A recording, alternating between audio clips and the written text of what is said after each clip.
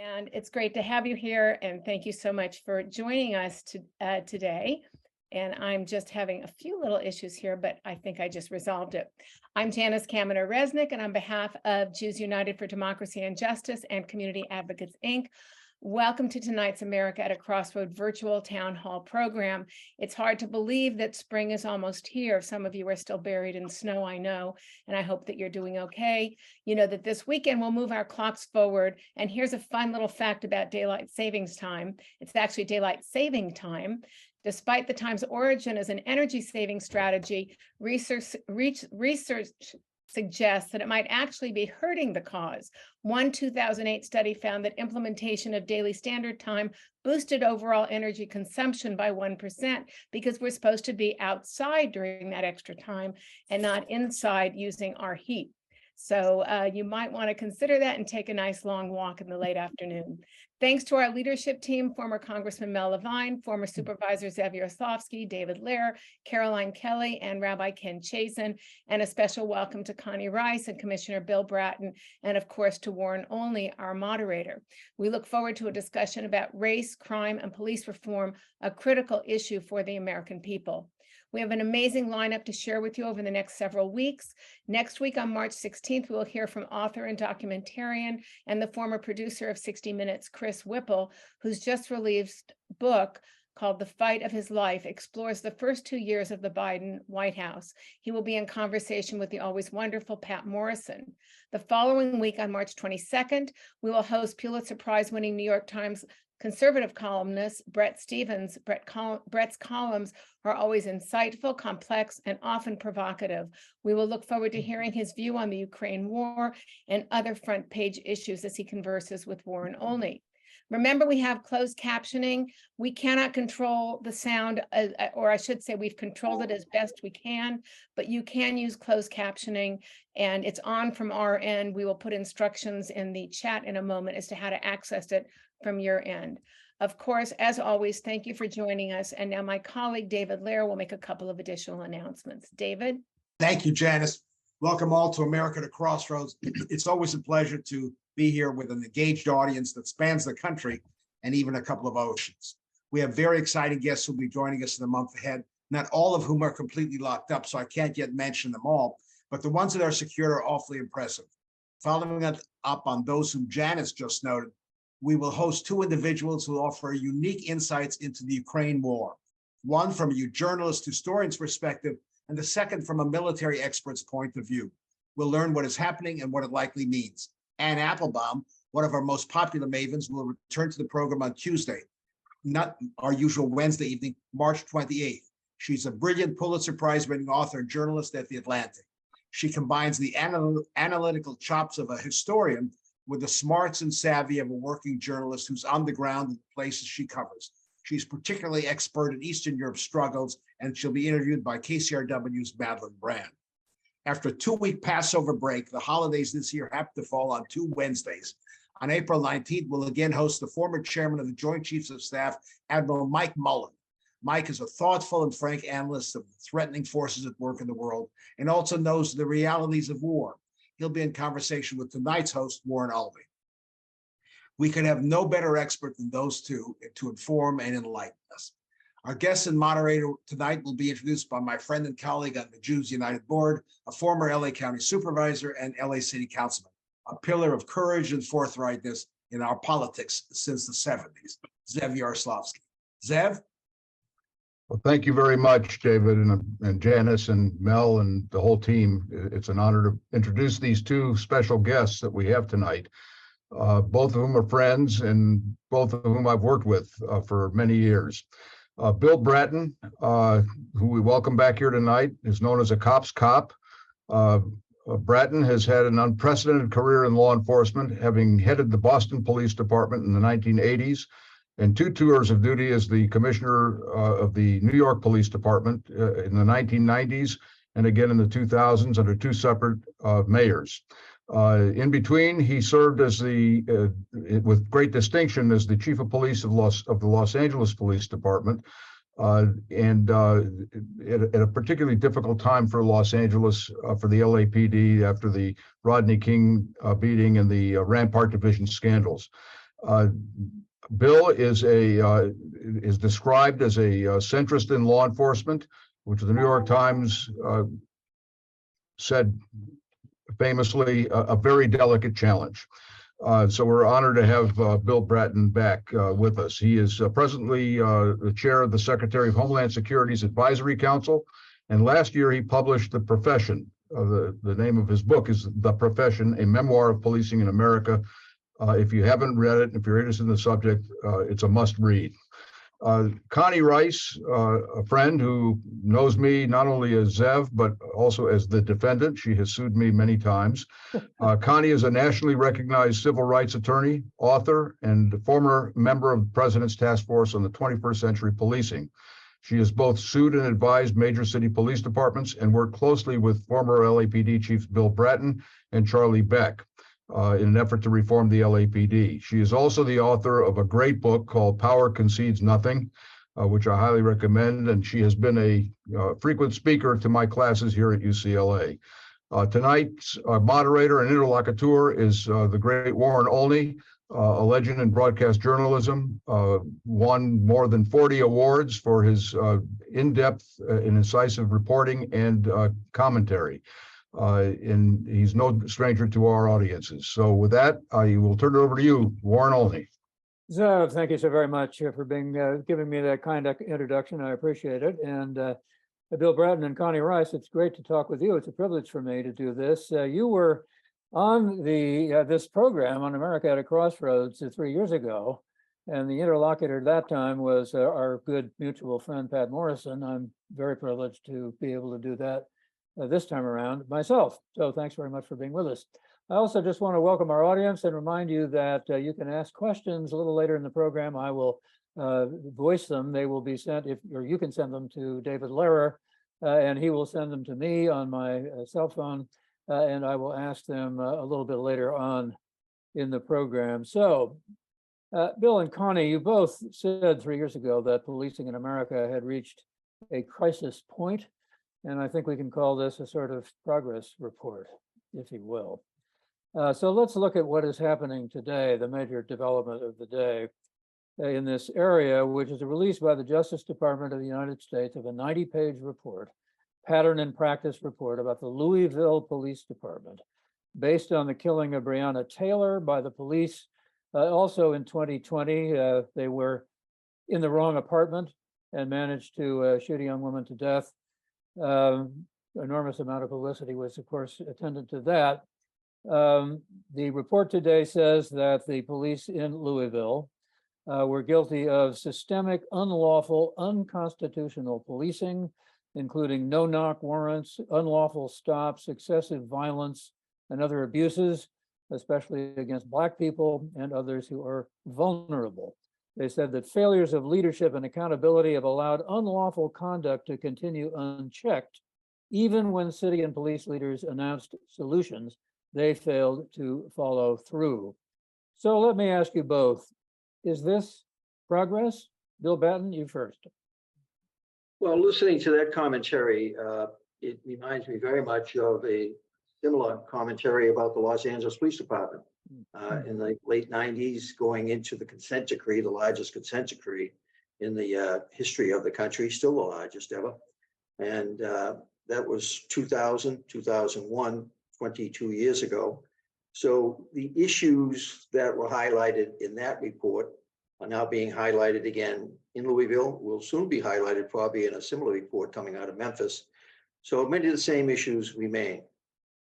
I've been associated with policing for now well over 50 years, started in 1970. Policing goes through crises, reform crises every 20 or 25 years. In the 1970s, we were coming out of the civil rights era, the disturbances around the Vietnam War, and policing was severely criticized, particularly after the Chicago Democratic Convention. And we went through a period of so-called reform dealing with horrible police practices, particularly in the South against Blacks and for that matter around the rest of the country. Central to every 25-year crisis is the issue of race. That was the case in the 70s. That was the case in the 1990s when community policing came into vogue, that so many of the complaints would involve the issues of race. And now in the 2020s, beginning with the George Floyd murder, we see race once again a central issue. So policing is always reforming. The issue of race is always there. And the issues that create the need for reform have not changed, in my experience, in the last 53 years. Those issues are poor leadership, poor supervision, poor training, poor recruiting, poor training of officers, not only initially, but continually. And you think after all these years we'd have figured out what to do about it. We know what to do about it, but we just don't do it. Connie Rice, same question to you. Is this progress, or does this sound a little too familiar? It's both, Warren. I think we've made tremendous progress at the top of policing. The policing executive level, the chiefs, the assistant chiefs, the command level. It's not your, I always say it's not your grandfather's LAPD and it's not your grandfather's NYPD, but it's also not Martin Luther King Jr.'s NYPD either yet. So we've made tremendous progress at the top, but by the very fact that a Bill Bratton and a Charlie Beck, two chiefs of LAPD, would be crazy enough to pull somebody like me into their team. We've made tremendous progress at the top. What hasn't changed, however, is the fundamental mission. And what Bill talked about in terms of race is always present. We need to ask why. I think we ask our police to do more than just enforce laws. We ask police to enforce social order, gender order. We ask them to enforce a political order and a racial order. And Bill, you said something, is one of the most profound things I've ever heard said about policing when someone asked you, when did American policing begin to be corrupted? And you answered 1619, when police were asked to enforce order on the slave ships. We've asked police to enforce our segregation order. We've asked police to enforce our slaveocracy, our black codes. All through history, we have asked police to enforce a toxic mission of racial containment from slavery until now. And my view of this is that until we change the mission of policing, Bill's absolutely right. The training, the hiring, the supervision, all of the areas that Bill talked about absolutely have got to be reformed, improved, fixed. But I think that you have to ask, and improve to do what? And I'll never forget this one officer who said to me, lady, community policing makes no sense to me. I'm not going to get promoted for it. Nobody wants community policing. They want me to be the thin blue line between them and their safe neighborhoods and the poor neighborhoods where we expect crime and violence and trauma to be contained. And I looked at that officer and I said, you know what, sir, you're absolutely right. So I think what we have to do is step back from just policing. This is a whole of government, whole of society formulation set up to make poor communities of color and police both fail. And until we get to that level and understand, you have to change the mission from suppression, containment of populations that are marginalized and not really intended to be included in the American dream.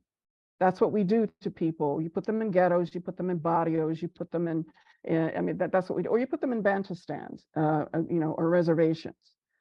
But those are the populations, you're not really giving good schools, functioning government. The police are the government.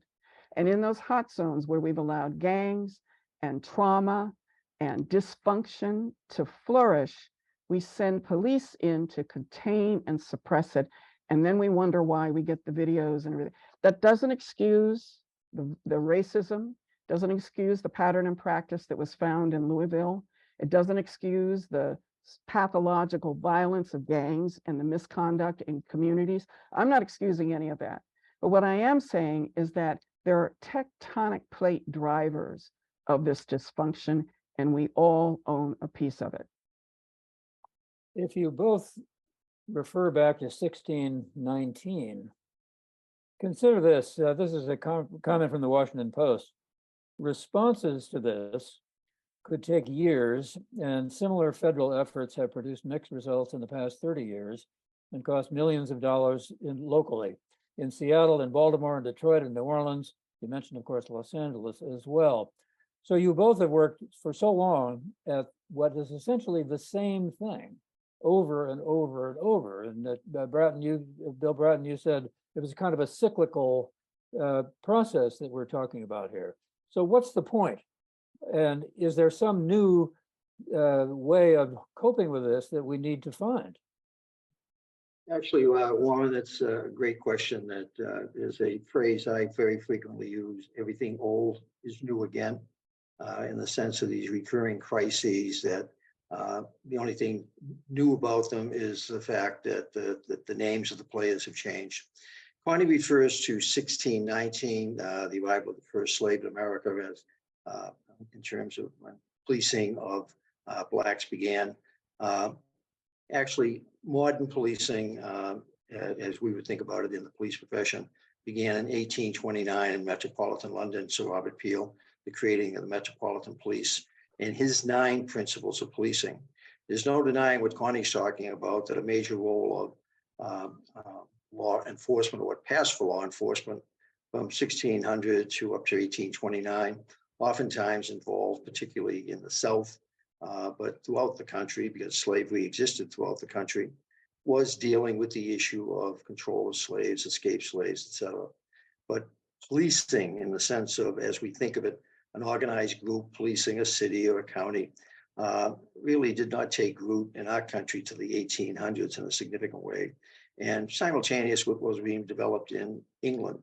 I'm a great adherent to and supporter of those 9 principles of policing that were first put out by Sir Robert Peel.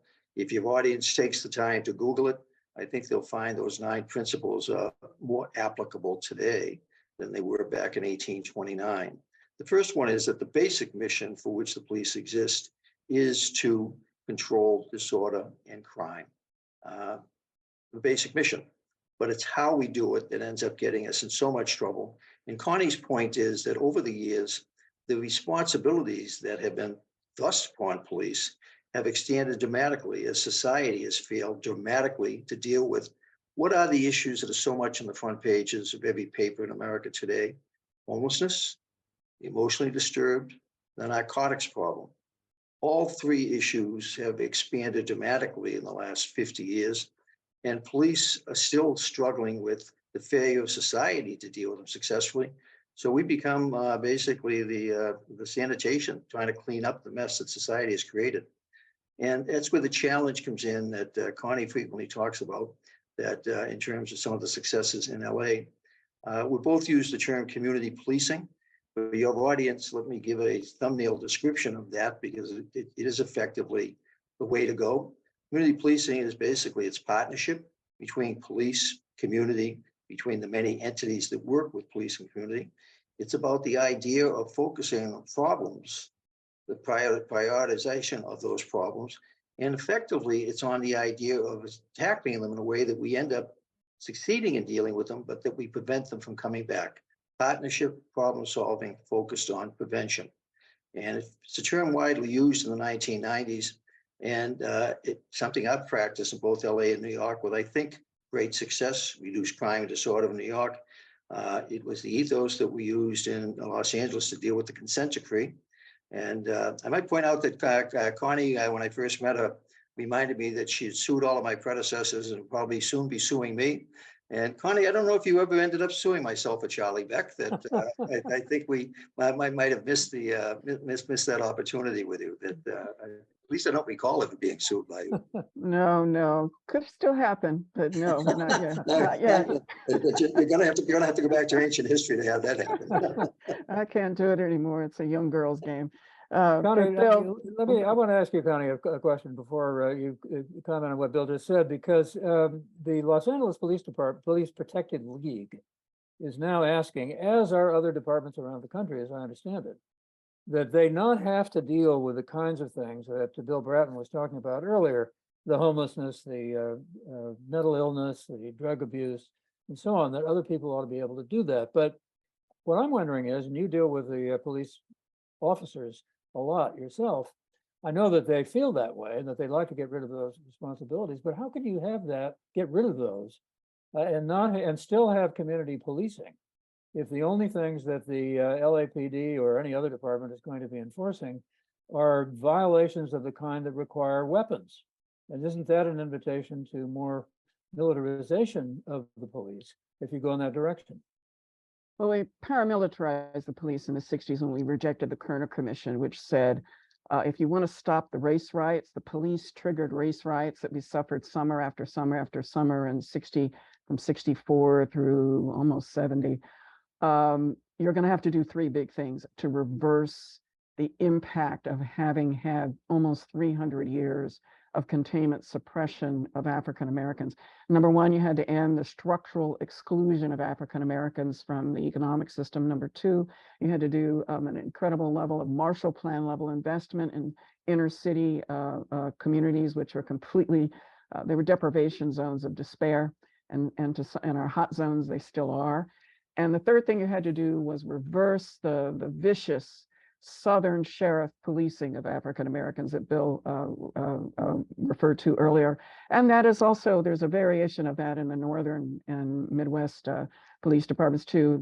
Read Bill's book, The Profession, you'll see what his experiences were in those departments.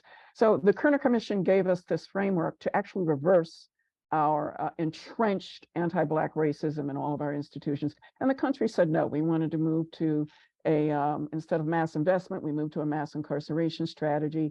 Instead of talking about structural racism and exclusion, we actually went into a denial mode, and you see it doubled down today.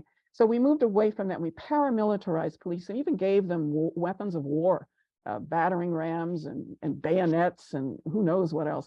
But we paramilitarized our police, and then we gave them missions of wars on crime, wars on gangs, and wars on drugs.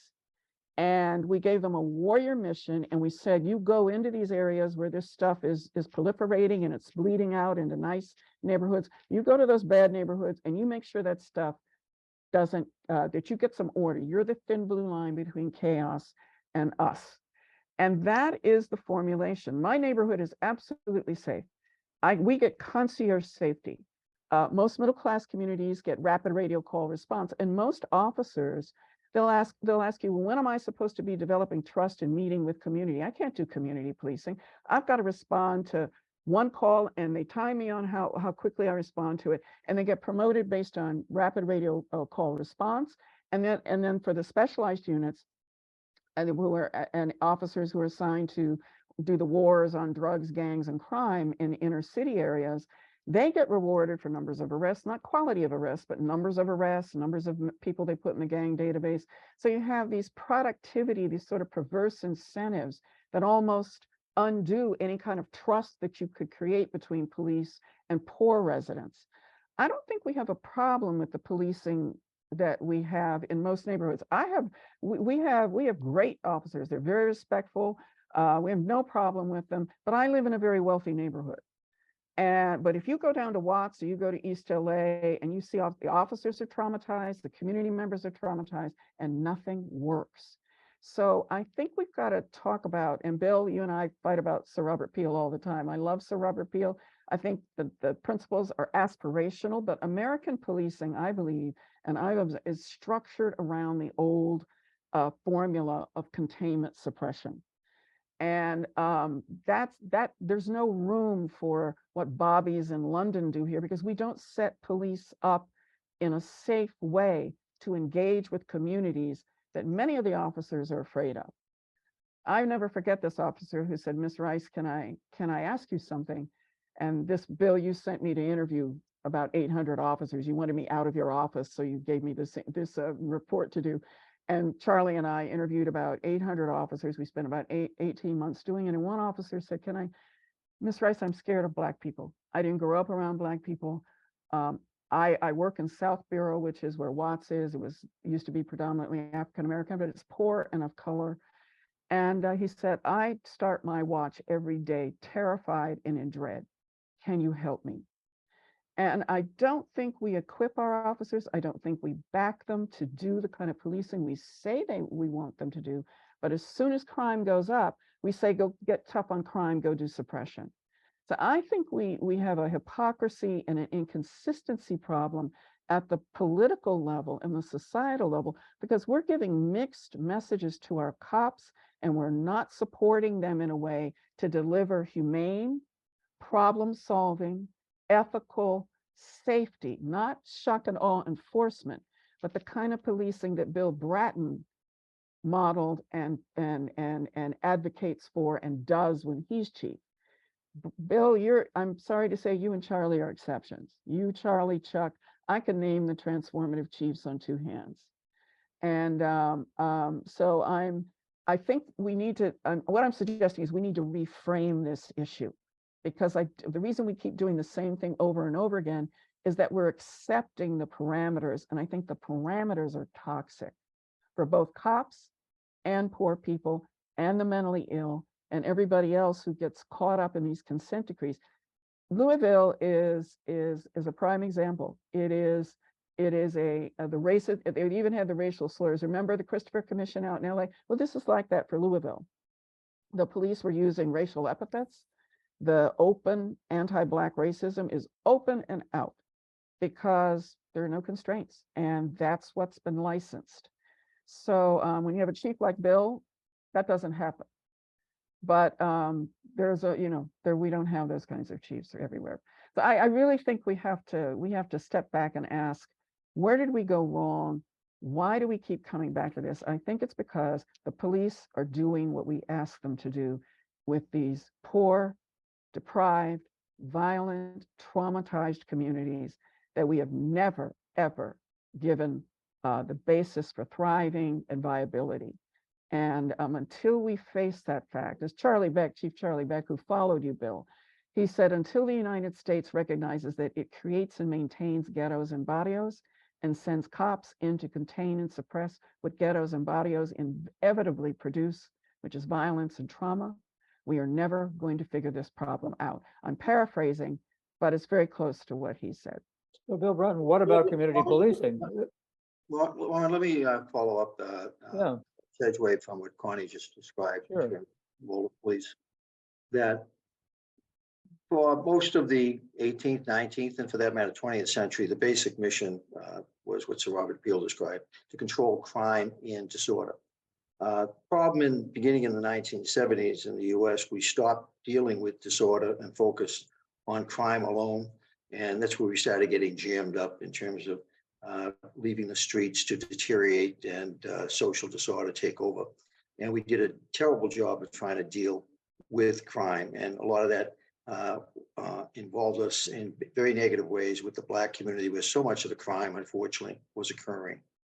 That turning the corner into the 21st century, and in most of the 20th century, there were not enough police to deal with the amount of crime and disorder and deal with it in a way that the community wanted to effectively have police. They wanted police in the neighborhoods who they knew, who would be respectful of them, who would understand them, whether they're Black community, white community, Latino community. And there just were not enough of us. The 911, 9/11 monster ate us up, chasing 911 calls. The disorder was increasing at unchecked rates. The crime rate was going through the roof. 1990, worst crime year ever. And as we come into the 21st century, instead of building on the beginning successes of community policing, which understood the importance of 100,000 more police, developed neighborhood policing programs, like in Los Angeles, the Senior Lead Officer Initiative. New York, I modeled the Neighborhood Coordinating Officer program after what I had in LA. But in the 21st century, just think of all the things we now want the police to deal with a smaller number of police than we had in the 1990s. We now have the 21st century with all the issues of crime involving technology, all the issues that are growing out of the whole issue of the internet, whether it's sex crimes and it just all the things that police have to deal with a smaller workforce, and the ability to spread hate and disorder through the internet, compounding the mission. So it really comes back to effectively what Connie's talking about. How do we fix it? You don't fix it by defunding the police. You fix it by a combination of refunding for better training, more police, but also funding adequately the things that police are expected to deal with, and we do such a terrible job dealing with, homeless, narcotics, and the emotionally disturbed. We don't train for it enough. We don't supervise for it enough, and society doesn't provide enough for it. And Los Angeles is ground zero for it in terms of the homeless issue and the emotionally disturbed and the narcotics impaired. Your streets are overloaded with it, with a police force that went down by almost 1,000 officers.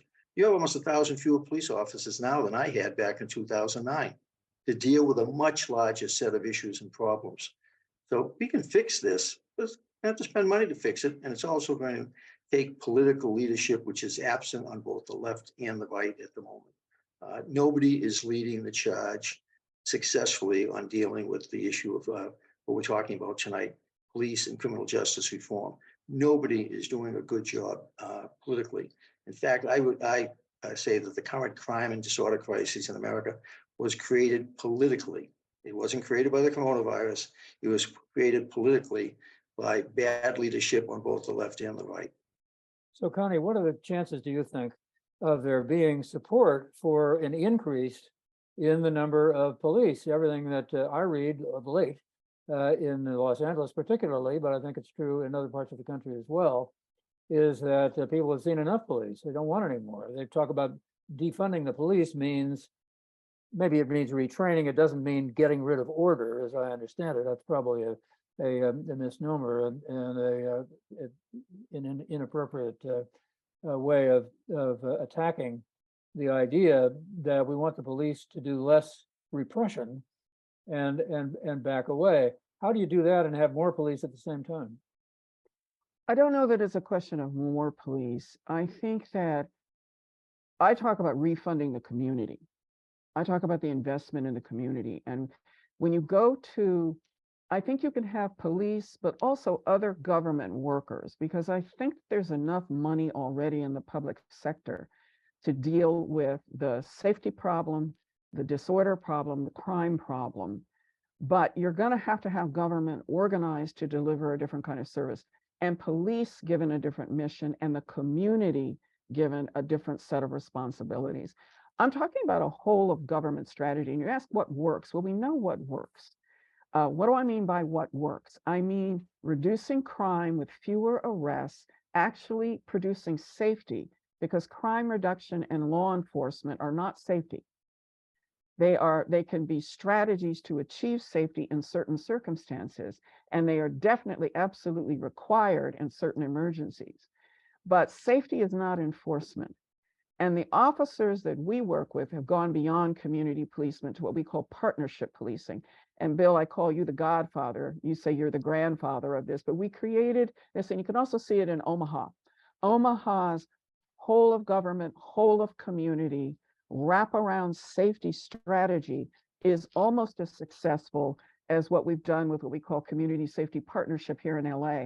And Bill, you laid the track for that. And then Charlie Beck and the rest of us came in behind with what you did with the consent decree in LA.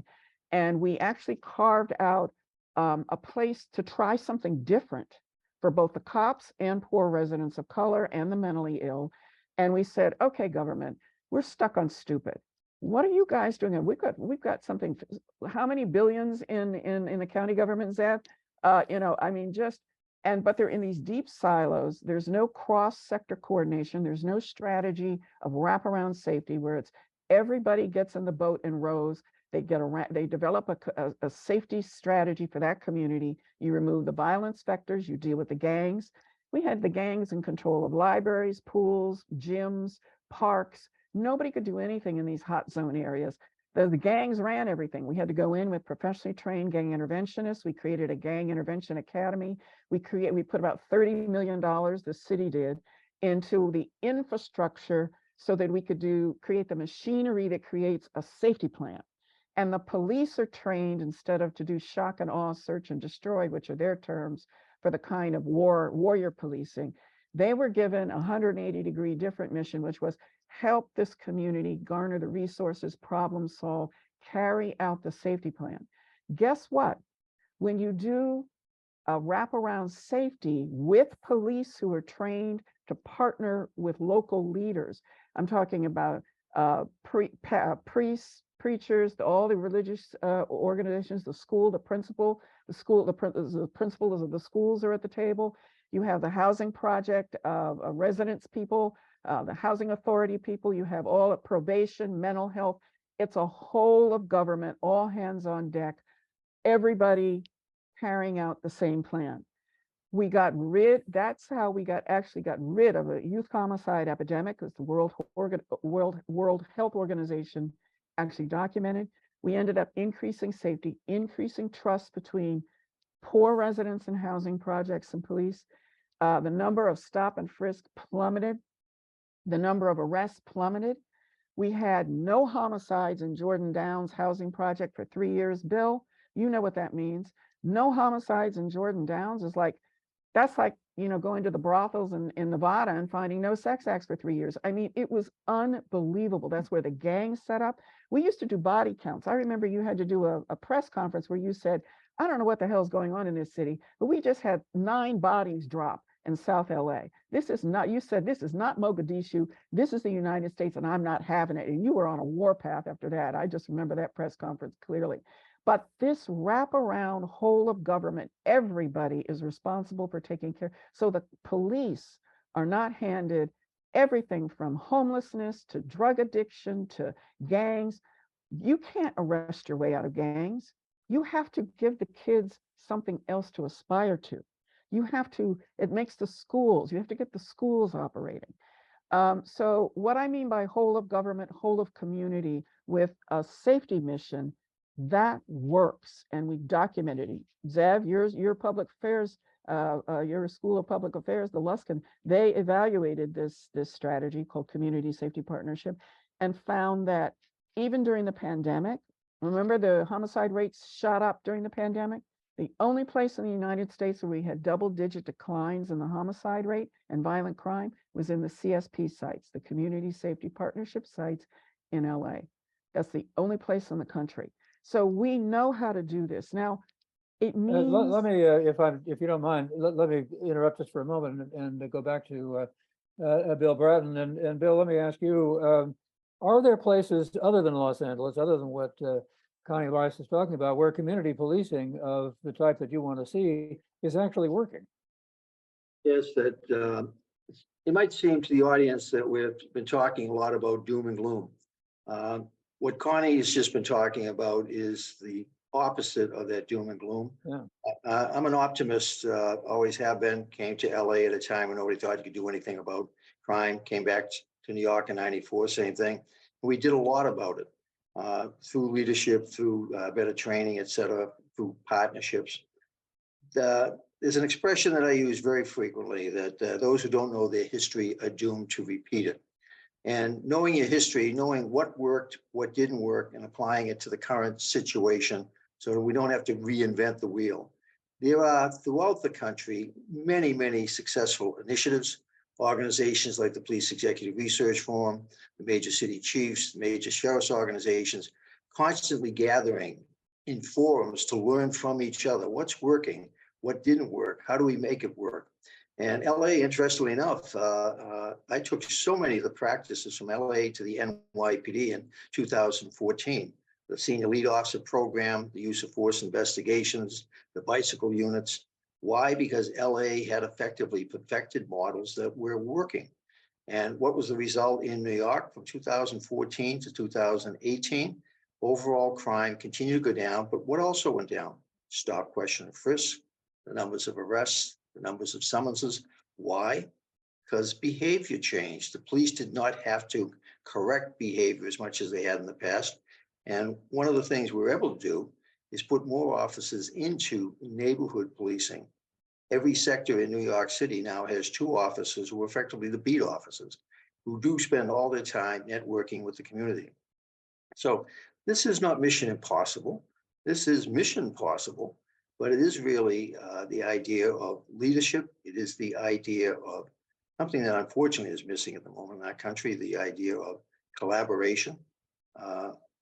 In my 50-some odd years as an adult, I've never seen a time where it's been so divisive, and unfortunately seems to be getting more so. The irony of it is that we have learned so much about how to do it better. But in many respects, and Connie, I think you might support this, we're politically impeded. We are politically held back from doing a lot of the things we know work because of the political divisiveness. The left doesn't want the cops to do this. The right doesn't want them to do that. And the reason I call myself a centrist, I used to describe myself as a progressive. Policing was the most progressive institute in the United States in terms of the changes, reforms we're making. But progressive has become a dirty word in politics today. So I've given up describing myself as a progressive because progressive tends to mean that you're so far to the left, you're falling off the earth. That's why I'm a centrist. That I'm not a Republican. I'm not a Democrat. I'm an independent. I go with the ideas that work. I go with the leaders that work. And we need more of that. Connie Rice, Yeah. we tend to get bogged down, if that's the appropriate term, in disputing whether or not the one police department or another should have the ability to do facial recognition, to use AI, to have the dog, you know, called Spot. There's now an argument in Los Angeles about having a machine, a four-legged machine, as I understand it, described by its manufacturers as Spot, which has been offered to the LA Police Department, which can climb stairs, have 360-degree vision, and otherwise be used in a remote way by police officers who are in a dangerous situation. Are we going to get bogged down in arguments like that? And is that going to distract from the kind of progress you'd like to see made politically? Yes, we are. You know, when your doctor gets a new MRI machine, the patients don't usually protest. Okay. You know, this is a matter of trust. Okay.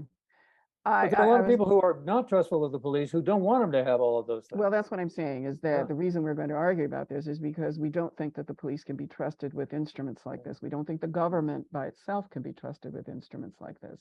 And there's a lot of long history to show that skepticism is warranted. What I would suggest is that we need something close to something that's a kind of improvement on the FISA court. You know, if you're going to have extraordinary measures that threaten people's privacy, and I don't even think there's such a thing as privacy with the internet, but if we're going, you can't, the public is not going to trust law enforcement with more weapons and more surveillance technique or the DNA technology. So I think we need to get a forum that can make sure that law enforcement gets the information that it needs. I mean, everything from that familial DNA that has helped us to find serial killers we thought we would never find, all the way to the surveillance technology, the cameras and so forth. You're gonna have to have a clearinghouse that includes civil rights experts and other kinds of ethics, technology and ethics experts. It's like bioethics. You're gonna have to have some kind of clearinghouse that's a partnership with law enforcement, with judges, who can actually say, yes, this is a kosher, legitimate, good way to use this information and this technology, and the police are not going to abuse it. You're going to have a serious check and balance system here. So but there's no need, we don't need to start those fights. I want to get back to something that Bill said that was very important, which is about the political obstruction of progress. Bill, I don't know whether you remember, but when we did our 14-pound report that said why we're stuck on stupid in the war on gangs in LA, and it created a huge sensation. And we basically said, we spent $34 billion in a war on gangs, and 34 years later, we have 6 times as many gangs and 70,000 gang members. That's a failure on everybody's part. My lawsuits didn't stop it. The search and destroy policing didn't stop it. The wars didn't stop it. We needed to go to root causes and figure out why kids join gangs and how to give them alternatives and pull the plug on the ideology and the thinking. You can't arrest your way out of an ideology. And when we did that, it was a huge pushback from the very liberal city council in Los Angeles. The Democrats I sue regularly. And the reason it was because they were like, well, wait a minute, you mean we have to do things differently with our public works and all of our other departments? No, we just want the cops to have to deal with gangs. We are not going to do a whole of government strategy here. And Bill, you sided with us, and I remember you pulled together all the DAs, Governor Schwarzenegger, he backed our report. So it was almost like all the Republicans and the independent in law enforcement supported our report, which was done with a whole 40 subject matter experts that said, you've got to move to a public health wraparound safety model if you're going to solve these problems. And because of that, the liberal Democratic city council was forced to create the gang reduction and youth development department, all the infrastructure that we created out here to do this new strategy. But also right now, just so you know, even though LAPD created with the community this wraparound solution, the current LAPD leadership hates it and is trying to destroy it. So we've actually created the solution, but now the current law enforcement leaders are trying to dismantle it. Why? Because this kind of model requires just what you were talking about. It requires sharing power. It requires taking responsibility for things that you've basically done photo ops on and have just kicked the can down the road on to the point where they become epidemic crises. It requires political accountability from the folks in politics who are supposed to be solving these chronic problems and don't. And then they hand it off and dump it on the police. And we wonder why we have what we have. Well, when you have to give up power and you have to give up a little bit of control and you have to work with people you don't like, nobody wants to do that. But it's exactly what Bill says we have to do. You have to compromise. You have to talk to people you don't like. You have to talk to the people you used to sue and want to sue again. But because you're actually trying to think about the people who are suffering in trauma zones and gang zones and the kids who are dodging bullets just to get to school in the morning, think about their needs instead of your own egos. That's when you start to get the all hands on deck. Everybody sits down at the table with the local residents, and the local residents co-craft their own safety plan with the police, who are rewarded for creating trust and for solving problems rather than putting all the kids in the gang database. I promised that I would ask questions provided by the audience, and we don't have a lot of time left. So let me just see if I can squeeze some in. Several people want to know, and Bill Bratton, I'll put this to you. What about guns and the proliferation of guns? To what extent does that make law enforcement more difficult than it ought to be? Guns are the source of so much of the ills facing America. Resolution of that issue is not going to occur in my lifetime or the lifetime of my children or my grandchildren. More guns in America than there are people, and guns are proliferating faster than people are. So the gun issue is that horse has left the barn and is roaming all over the place. As much as we've failed with homelessness, the emotionally disturbed, the narcotics problem, the growing fentanyl problem, we've failed even more miserably on the issue of guns. And I wish I had more answers for the gun issue. Some of it, unfortunately, requires arrest. A lot of bad people using guns inappropriately. But also, we tend to forget the sheer amount of deaths by suicide, accidental shootings caused by guns. We are unique in the world. No country in the world has anywhere near the amount of guns we do. And that's not going to change anytime in the future. I'm sorry that it's just fought aggressively for meaningful gun control. And it has not been a success. Carol wants to know, and let me, Bill, put this to you once again. What should be the role of the police in dealing with mental health issues? You both mentioned those, one of the problems that police have, but is there any way they can avoid it, I guess would be another way of putting that question. Once again, under our current structure, that there is not enough money to replace the police in dealing with the mentally ill at 2 o'clock in the morning. This again goes to the point of training. The idea that there are so many different types of mental illness, and one size does not fit them all in terms of dealing with them and treating them. We do a terrible job of training our officers on how to identify bipolar versus schizophrenic versus all the terrible illnesses that so many of these poor souls face. And in New York, we were able to, in the course of a couple of years, give a 4-day training program to all of our officers to increase their ability to recognize what this person's problem might be. Because again, one size does not fit all. You don't address a bipolar person the same way you do a schizophrenic person. That's the reality of it. But we expect our cops to be ministers, to be doctors, to be teachers, we expect them to do so much. Why? Because they're the first ones on the scene and always will be. Because to create the bureaucracies to deal with the emotionally disturbed, the homeless, the narcotics addicted, you'd need budgets as large as the police budgets for each of those entities. And government is not willing to spend that type of money. So that's why it's still the police. But the good news is, and Connie talked about this earlier, we have so many initiatives around the country trying to find alternative ways where the police are partnered up with an expert on this or an expert on that, or where there are ability to basically call and get assistance, much the same as you have the suicide hotlines. Police now have the ability oftentimes to, with the technologies available, to get assistance through the internet, through their communication systems that we did not have 30, 40, 50 years ago. Connie, let me put this one to you. Carol wants to know, what are the advantages of equestrian patrols? The horse unit? Yeah. That's the one unit I didn't sue. Well, I'm not, I don't deploy officers. I think I'm the chief of police, but I'm not. In crowd control in a number of areas, and people love horses. Bill, you're better qualified to talk about what you do with equestrian units, but I wanted to add to what you were saying. You need co-response teams. You can't ask officers to become psychiatrists and practice medicine without a license. That's absurd. But they do need to understand if you have co-response teams, you actually have mental health workers, probation officers who are dedicated to being the first responders with backup from the police if it becomes violent. And so when they train together, I don't think we need to raise taxes. I think we got plenty of money in the public sector. We just have to we spend most of our stuff on salaries, make the government workers operate in a very different way to achieve a different outcome, and you can make it happen. Bill, do you agree with that? Do we have enough? If we just spend it in a different way?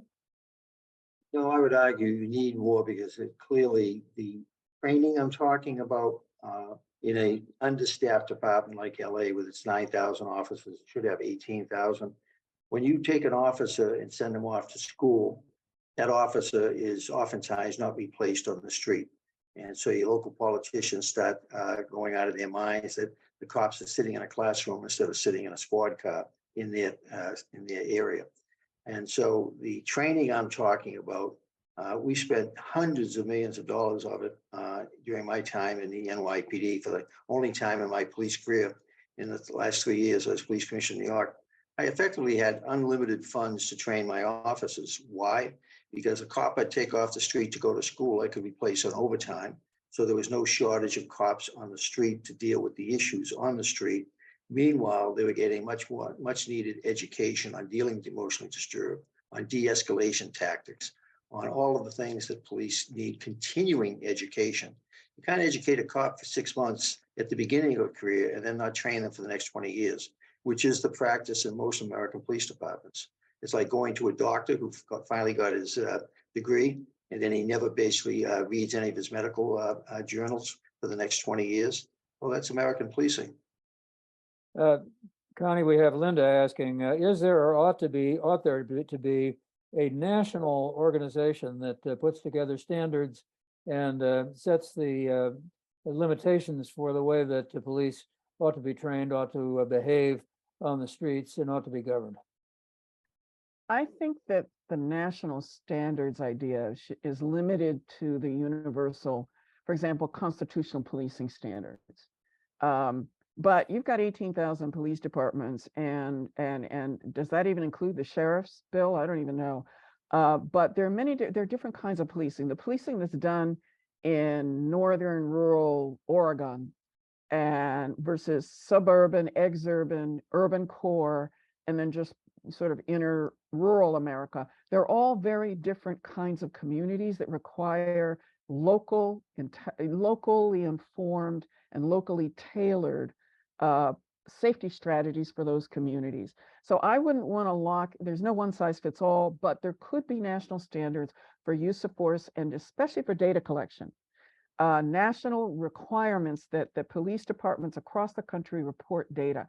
We don't even know how many, for example, it'd be like airlines not counting plane crashes when we don't even collect. We have a national collection that's solid on how many people die in police interactions. That's absurd. So for the data and for the constitutional standards, national standards, but for everything else, I think that you've got to let the police departments locally develop with their communities what they need. Bill, would there be acceptance of national standards? Would local police departments pay attention to those? Connie's talking about is a platform to stand on, that there should be certain national standards that could be applied across the country, but we are a country, if you will, formed on the idea of local control. The 50 states, the 1,400 county governments, 1,400 sheriffs, that reason we have so many small police departments is a lot of these small towns want control over their police to focus on their priorities. So you can have national standards, but the idea that you can have uniformity across the board, as they do in some countries, it'd be impossible in America. We're not structured that way. And it's one of our strengths is decentralization, but it's also one of our greatest weaknesses, decentralization. Connie, earlier on, Bill Bratton said that he was an optimist, that he insists that somehow we'll make things better. How do you feel about that? And what's your overall attitude at the moment as to whether you're optimistic or not about the nature of policing in this country, particularly given what we've talked about at the beginning of this program, which is the familiarity of what's coming out of this report in Louisville and how much it resembles reports that have come out of other cities for the past 30 years. Well, my grandmother always told me, you haven't earned the right to be pessimistic unless you've had to sit in your kitchen in Birmingham, Alabama with a long gun over your knees waiting for the Klan.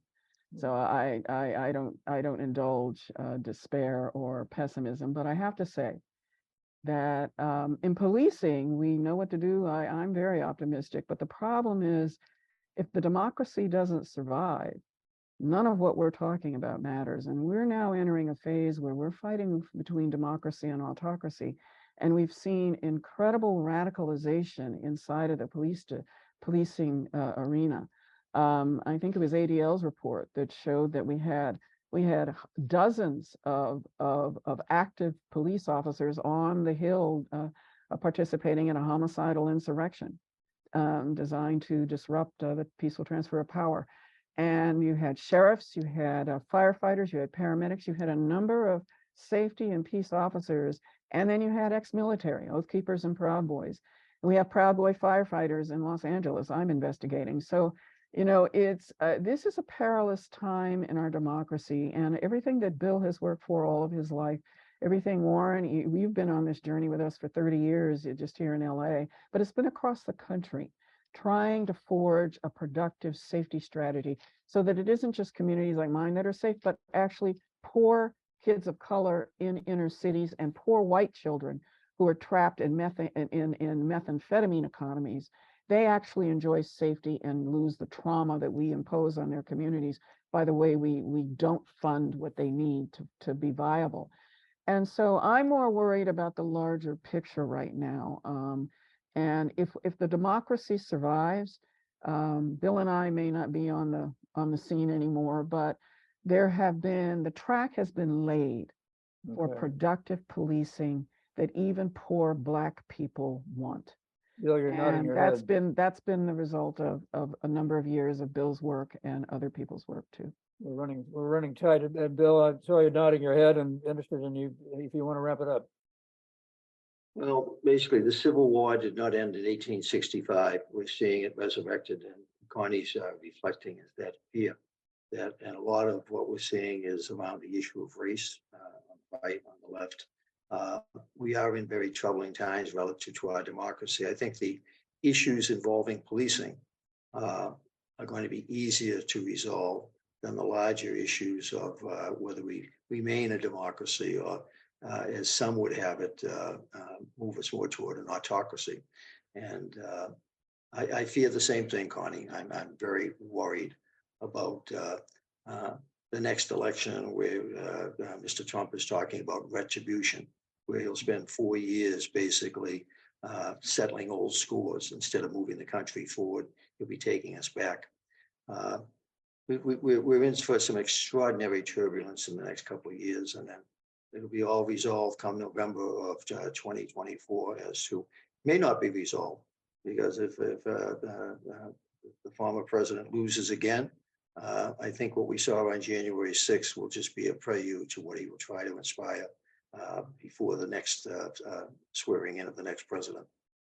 Okay, I'm sorry to end on a negative note, but there's no alternative, I think. And I think our listeners will agree and our viewers will agree. This has been an extraordinary conversation, and it's wonderful to talk with you, both of you, and get your specific and your general ideas about the condition of the country, and particularly as it relates to police. Bill Bratton and Connie Rice, thank you so very much for being on our program again. It's been a real privilege for me to talk with you.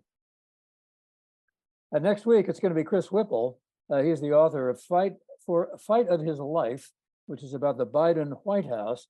Chris Whipple is a former 60 Minutes producer. He'll be talked to by, or questioned rather, I should say, by Pat Morrison. And that will be the program for next week, 5 o'clock. Don't fail to listen or watch, and I'll do it with you. Have a good night. Stay safe.